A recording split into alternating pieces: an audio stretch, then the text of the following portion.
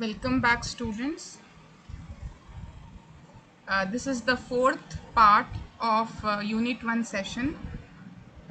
In the previous class, we have discussed about the various evolutions and developments in the field of industrial psychology. We discussed about the meaning of organization structure, and also there were many things like duties of industrial psychologist, how a future industrial engineer should be, what are the various departments of an industry, what is an organization structure, what are the principles of organization structure, and then today we will discuss about organization chart. Okay, what is organization structure? As I told you earlier, it is nothing but it is the establishment of authority relationship. Through organization structure, we try to prepare organization chart. So the definition of organization chart or organization diagram is that it displays a reporting or relationship hierarchy. The most frequent application of an organization chart is to show how the structure of a business or government or an organization is. There are many uses to organization chart. It can be structured in many different ways. They might be used as a management tool and for planning purposes, and it can be used for as personal directory, and then it is also used for many such uses. And perhaps your organization doesn't operate in a command and control style, but instead relies on teams. So therefore, or the outcome of organization structure is organization chart. So organization charts are very crucial, so that we'll come to know which person is at what level and what kind of power or authority lies with each individual in an organization. They are used for many reasons. Like first one, see, organization charts are useful in a number of ways. Like for example, first one is it shows work responsibilities and reporting relationships. An employee, when he joins an organization, or an existing employee or a new employee, he will come to know whom he should report to and what are his responsibilities through organization chart. The second use is it allows leadership to be more effective, and it helps in manage growth or change. The leader can be an employee can become a leader, and he can actually manage growth, and it allows employees to better understand how their work fits into the organization's overall scheme. It improves the lines of communication. It creates a visual employee directory, and it presents other types of information such as business entity structures and data hierarchies. Organization charts, it improves communication because we'll get to know whom to communicate at what time and how, why should we communicate to people, and it is a directory of people who are there in the organization based on their responsibilities and duties. And it is a structure which shows the flow of hierarchy and authority in an organization. So therefore there are various uses, and organization charts, as I told you, is the outcome of organization structure, is a very useful in organizations to know exactly who is having the authority or the power. So what are the various types of organization charts? It depends on the philosophy of the management. Like here we have mentioned four types of organization charts. First one is functional top down, second one divisional structure, third one matrix organization structure, and fourth one is flat organization structure. So here you can see that there are four types of organization charts. As the first one is functional, it depends on functions. So there are few charts here. This is yeah, so this is functional organization structure, where the functions of the organization, sales and marketing, production, human resources, finance, research and development, all these are nothing but the various functions of an organization. So this is the functional type. Based on these functions, there are divisions in the department, in the organization. So this is called functional organization. Then there is one more called divisional structure. It could be based on products. Okay, it could be based on or place like North America division, EMEA division, or Asia Pacific division. So this is one example of divisional structure. We are dividing the organization based here on geography. Here we are dividing the organization based on products. So therefore, divisional organization structure is also mostly used by companies. Then the next one is matrix organization structure. Matrix organization structure is also one of the famous organization structure, where there is a product and a project. Each employee is related to two dimensions, two dimensions. That's why it is called matrix. Whereas flat organization structure is an organization structure where there is centralized decision making power.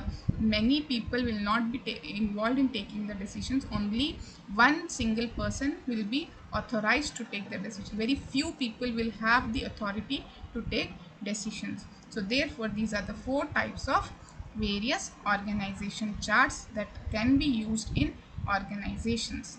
So once again we look, this is based on products. Second one, it is based on geography, and this is based on functions.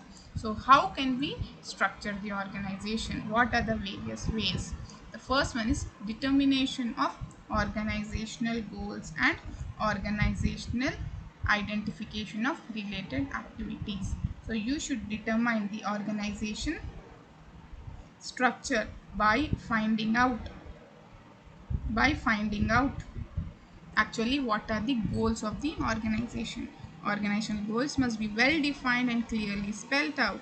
Based on the goals, all activities that are required should be identified and broken down into smallest possible sub activities that may be assigned as a task or a job to the worker. This is possible to both managerial as well as operational functions in the organization. The second one is grouping of activities. All identifiable or identical activities should be grouped, keeping in mind formation of various departments or divisions. Set of activities could further be divided and assigned to a particular section of a department. For example, in an automobile industry, activities relating to manufacturing of body of vehicle could be grouped and assigned to department responsible for it. Like for example, activities relating to manufacturing of cases could be divided into and allotted to cases manufacturing section. In the same way, hence the progression in forming an ideal organization structure. So you should group identical activities or similar activities, and then the organization can be divided. Like in this product A. So here in product A, you can see that R&D. R&D is one, manufacturing, marketing, finance, customer service. No doubt all these functions are in different products, but then there are the product A may be something which could be anything unrelated to product B. It could be unrelated to product C. So therefore, the activities which are related to product A are grouped into one division, one structure. So this is one of the steps in formation of a product organization structure. And the last one is delegation of activities. So looking at this, see here when the or else we can see here. See, in this organization chart, we can see that there is North America division, EMEA division, Asia Pacific division. So the authority flows from the CEO to the head of North America division, and then it will follow to the marketing persons or marketing executives of that particular division. So therefore, the authority or the delegation of activities are actually trickle down, and then the tasks are given. A person cannot perform his duties unless he has been given adequate authority to accomplish the assigned task. He cannot be made responsible and accountable if requisite authority has not been given. Authority, responsibility, and accountability, all these are tied together. So therefore an individual employee cannot be held responsible without authority. So therefore the organization structures last step is to delegate the activities and assign authority, responsibility and accountability to the employee. So this is the way, these are the various steps of organization structure. The first one being determination of organization goals or objectives and identifying the task. The second one is grouping of activities, and the last one is delegation of activities. So therefore this is how the structure of an organization is made. Going further, now that we have discussed about organization structure, let us go back and understand the various theories in organization or management. What is organization theory? When an what is organization? Organization is nothing but a group of people who are working together with common objectives. So here organization theory is a set of concepts and principles that provide framework for systematic study of structure, functioning and performance of organization and of the behavior of individuals and groups working in them. So organization theory is nothing but a study. It's a kind of study, systematic study as to how things can be done perfectly or in the best possible way. So therefore the structure, functioning, performance, behavior, groups, everything will be studied systematically. Then the next definition is organization theory explains how organization structures are built. It also suggests how organization can be designed to improve their effectiveness. Ultimately, an organization works for the effectiveness of the activities of the organization. So therefore an organization theory explains how the organization structures or charts are built, and therefore it helps in suggesting some laws, principles, so that it improves the effectiveness. So here there are three theories of organization. The first one is classical organization theory, next one is neoclassical organization theory, and the last one is modern organizational theory. Classical organization theory, it is based on organization as a machine and individuals working in it as different components of this machine. As we discussed in the previous session on evolution of industrial engineering, at that time I told you Charles Babbage, he studied how the various operations in an industry are there, what are the various activities in an industry, and therefore he suggested that the work which doesn't require lot of skills and knowledge, those things can actually be given to some like semi-skilled task can be given to women or children. So therefore it is based on the various tasks studied. So it is more about machine oriented, and people are also considered machine in this theory. It is believed that efficiency of an organization can be increased by making each individual more efficient. It deals with formal organization structures. It focuses on objectives and tasks and not on human beings performing the task. It aims at maximizing the control. So therefore here the classical organization theory have a very not we can say it is a very theoretical perspective of considering the resources as very materialistic.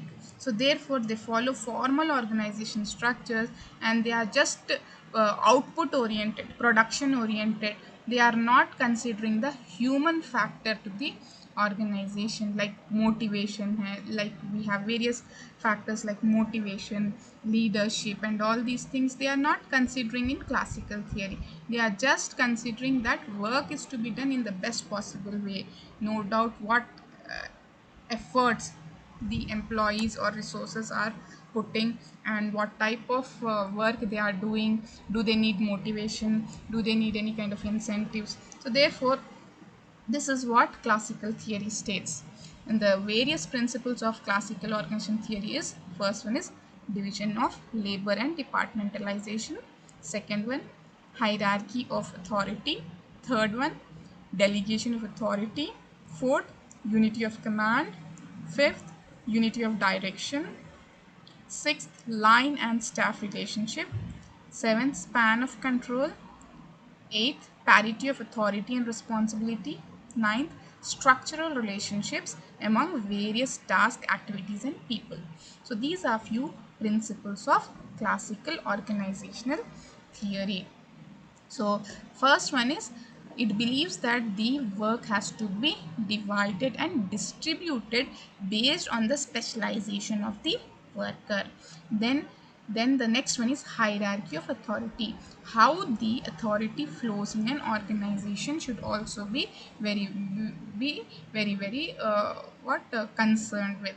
Okay, next one is delegation of authority. How the work is being delegated, to whom the work is being delegated, is he having the capability to do the work. Then unity of command. Unity of command means there should be one boss and one subordinate to him, one superior, one subordinate. Unity of direction, there should be only one plan. Through that one plan only the whole organization should follow.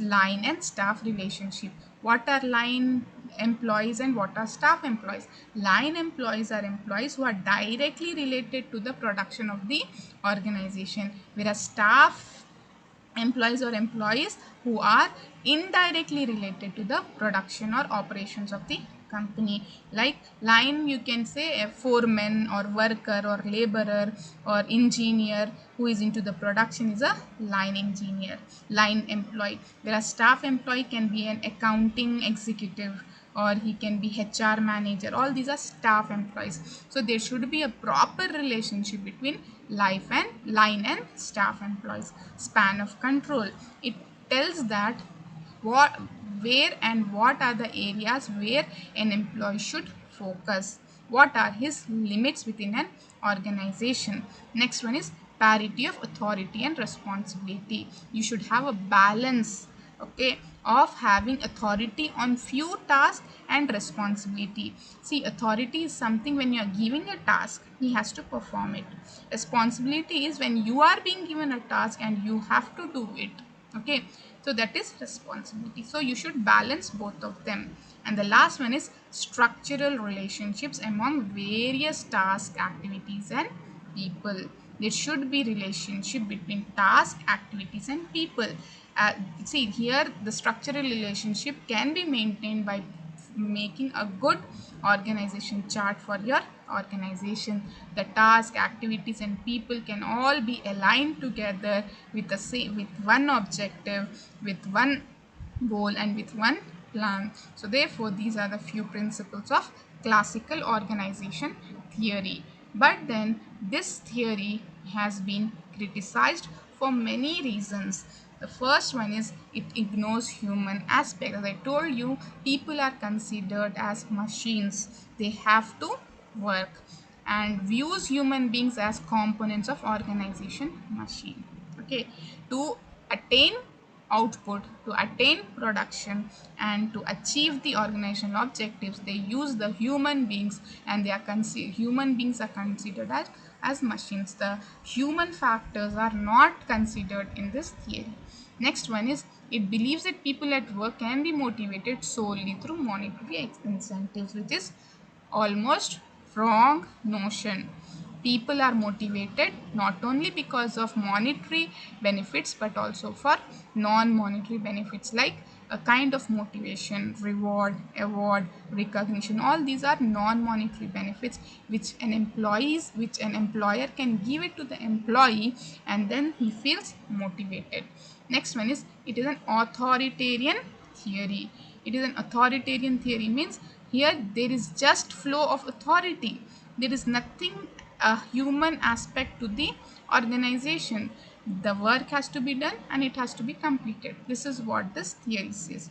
And the next one is, it is based on certain principles which are based mainly on experience and not tested by scientific researches. it is based on certain principles which are based mainly on experience. Okay, the whatever principles are there, it is based mainly on experience, and no proper ground research has been done scientifically to prove these principles, right? And the next criticism is it takes static view instead of dynamic view. So static view is stagnant, like the principles which are to be followed has to be followed, that's it, there cannot be any flexibility. Okay, whereas organizations work when there is flexibility. And the last criticism is and the last criticism that follows is it regards organization as a closed system instead of open system. Thus, it ignores the influence of external factors on organization and its members. So here the organization is considered as a closed system. No new innovative ideas, processes, or any kind of technique we can be applied easily. People ignore the influence of external factors, and therefore they become very static and stagnant. So these are the criticisms against the classical theory. So let us go forward and then see the various neoclassical organizational theories and what does it state and what are their principles. So first one is, what is neoclassical theory? The neoclassical theory are nothing but the new traditional theories originated from the findings of famous Hawthorne experiments conducted under the leadership of Elton Mayo. It developed with the human relations movement. So there was a actually production unit called Hawthorne. There was one company called Hawthorne, and in that Hawthorne, I think it's an area in France where these what experiments were conducted, and Elton Mayo was the person behind these experiments. He actually conducted the experiments to study the human relationship movement or human aspects of the organization. The neoclassical school focuses attention on human being and their behavior in organization.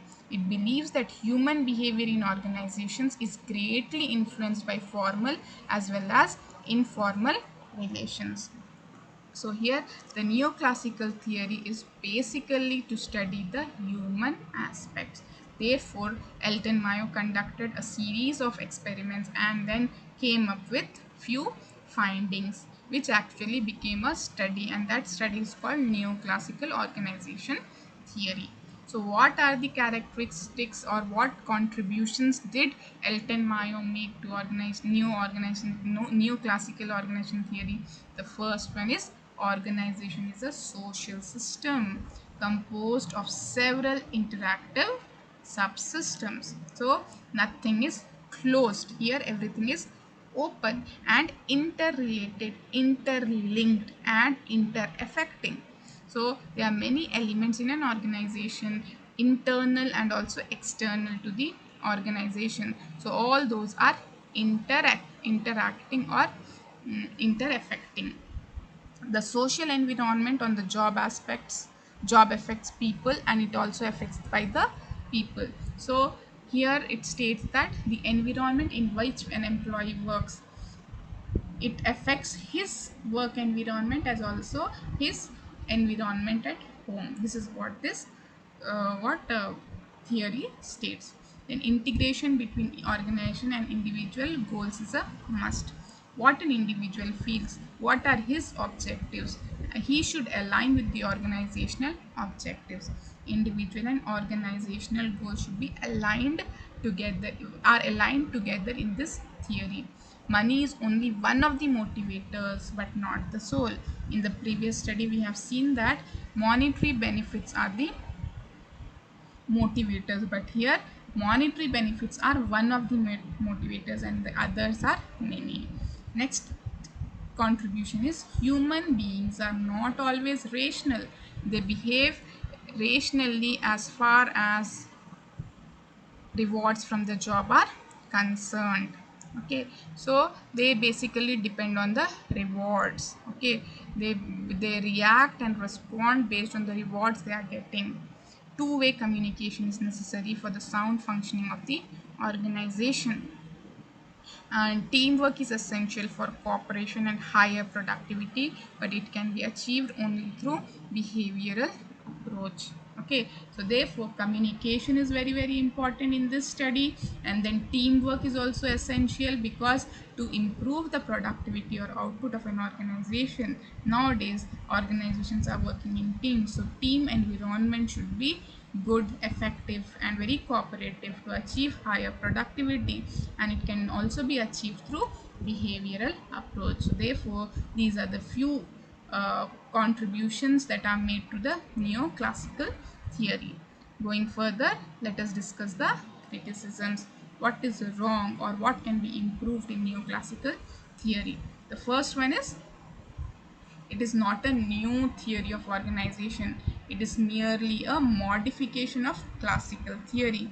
The structures of organization suggested by this theory are not suitable in all situations. You cannot apply the human aspects to all the organizations.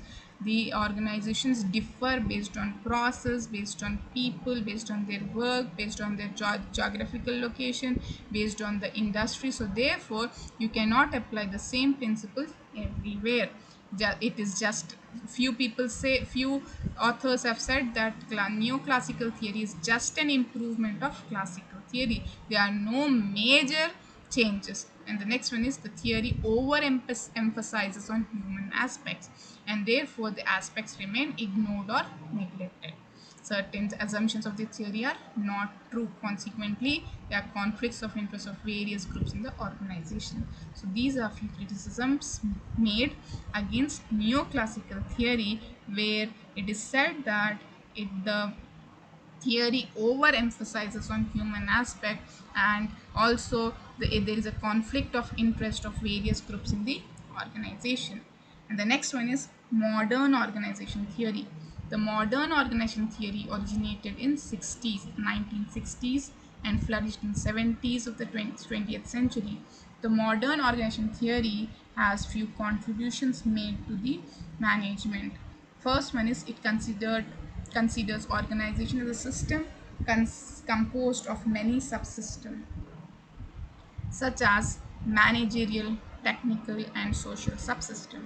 It regards individual as complex being who can be motivated in various ways. So therefore, the first point here states that organizations are systems, and these systems can be divided into subsystems, and then these systems should work accordingly and coordinate with one another and follow a sequence. And next one is, it regards individual as complex being. So therefore it states, second contribution or feature states that an employee or a worker or an individual in an organization can be motivated in various multiple ways. Okay, and it is descriptive approach of studying organizations. Okay, it is not a theoretical but a descriptive. Okay, it is a multidisciplinary theory as draws concepts and principles from various disciplines. So basically the organization theory is derived from sociology, psychology, economics, and also engineering, and maybe many such studies. It is dynamic in interaction with the structure. It is very flexible and it changes according to situations.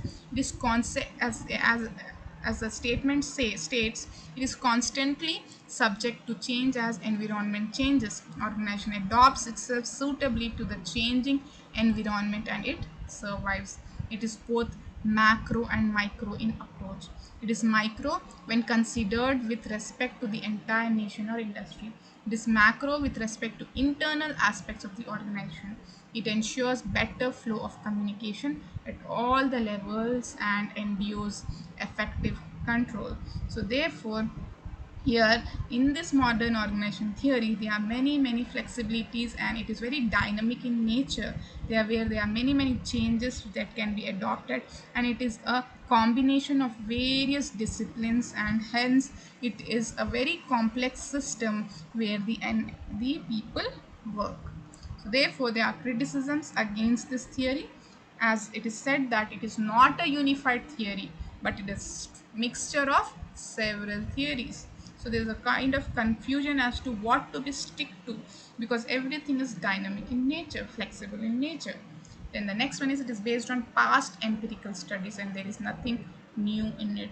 Whatever statements, principles, laws are enforced in the study are results or findings of empirical studies or statistical studies. So there is nothing new concept which has been put forth that has to be implemented. Everything is based on empirical studies which are past oriented. And the next one is, it does not identify the precise relationships among the organization and its external system. So no doubt there are many external factors and there are many internal factors which affect an organization, but then here it does not focus on the internal factors, rather it focuses on the external factors. Okay, so the relationships between the organization, the external factors affecting it are not identified here. And the last one, it is not useful for smaller organizations. So therefore the organizations which are very small in nature cannot apply this, because it's a very broad, comprehensive, complicated and complex system which has its own merits. Okay, so smaller organizations have find it very difficult to apply this type of theory. Okay, going further, so these are the various theories of organization theory. Classic, first one is classical, then the next one is neoclassical, then the next one is modern organizational theory. Okay, so this is about various theories in organization, uh, in an organization. Now, let us go to the next concept, and it is called departmentalization. What is departmentalization? Whenever you go to for example, if you visited a hospital, what do you find? Okay, when you go to a hospital, there are many departments. Or when you go to a school, or if you just recollect, if you go to your college, right, there are various departments. So why there is a need for department?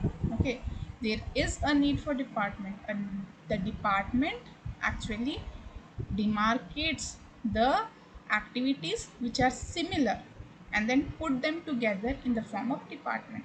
Therefore the work done department wise will be at ease, and therefore will get best results. Okay, so going by the theory here, when you look at the definition here, when two or more people contribute their efforts together, then an understanding as to who does what is necessary. The activities and objectives must be arranged in the form of duties that can be allotted and to specific individuals, and relationship be framed between these individuals so that their efforts are coordinated towards a predetermined goal. In other words, team must be organized. Okay, so it is nothing but, here we should know what is to be done by whom. Okay, when you get to know what is to be done by whom, then definitely there will be a kind of relationship that will be framed inherently with a predetermined goal. Okay, so departmentalization is a crux of the administration. The administrative process is can be done through departmentalization. So departmentalization can be done through dividing and grouping the work, or defining the established relationship between individuals filling these jobs. So departmentalization is the main core concept in administration. So departmentalization is the process of grouping activities into units for the purpose of administration. For example, when you go to a university, okay, we have various departments. There are admissions department, then you have this engineering colleges department, okay, engineering department, then you have humanities department, then you have arts department. Okay, and also there is examinations department, there is audit department. So like that, there are various departments. When you look at university, why they are department? Because they want to group similar activities into one department based on their function most of the times, right? So it helps in the administrative processes, right? And when the work is given to one department, they will come out with the results and present it to the top management with the required requirements. So therefore, departmentalization is nothing but it's grouping of activities into units for the purpose of administration. The process takes place at all levels in an industry. For example, in an industry, there may be sales department, production department, service department, there could be customer service department, there could be human resource department, there could be finance department, there could be operations department, there could be research and development department. So departmentalization is a process of grouping of activities. For example, here see, the sales department manager may divide his work among marketing research department, statistics department, advertising department, selling department, servicing department. So the process of partitioning is generally called departmentalization. Okay, going further, how to divide the departments. Okay, there are various ways of dividing the activities into various departments. The first one is grouping by products or services. The departments can be made based on products or service. See, based on product A, one department, product B, one department, product C, one department. Services, like for example, you are using Uber app, or if you are using Ola, there are various services. You have Uber Auto, you have Uber Prime, okay, you have Uber, like that. There are many services into one particular organization. So the department can be divided in such way. Grouping by locations, for example, one LG company is there. LG company has various departments in different countries. So you can say South Asia department, or South America department can be in New York, South Asia department can be in Delhi, like that, concentrating on the activities into that specific geographical areas. Locations can be grouped. Then grouping by time. Okay, departments can be divided into time also. Then grouping by customers. Okay, what type of customers are coming to you? And see, like for example, in Swiggy app, you can see there are various types of customers. Normal customers will also be there, and the customers who are paying a premium price, who are subscribing to their what discounts, benefits, those people are also there. Like in this way, based on customers also, departments are divided. The organizations are divided into departments. Grouping by processes, as we discussed earlier, like processes like marketing department, we have finance department, or customer relationship department, or training department, or something on the lines of the functions which are inherent in an organization. Grouping by functions. Okay, see here, grouping by processes also include like logistics, productions, operations, human resource processes, like that. Grouping by functions are the functional department, basic functions that are very much required for an organization to run, like production department, research and development department. Okay, so this is how the various methods of departmentalization are there. So with this, we complete today's lecture on the various things that has to be covered, starting from organization charts.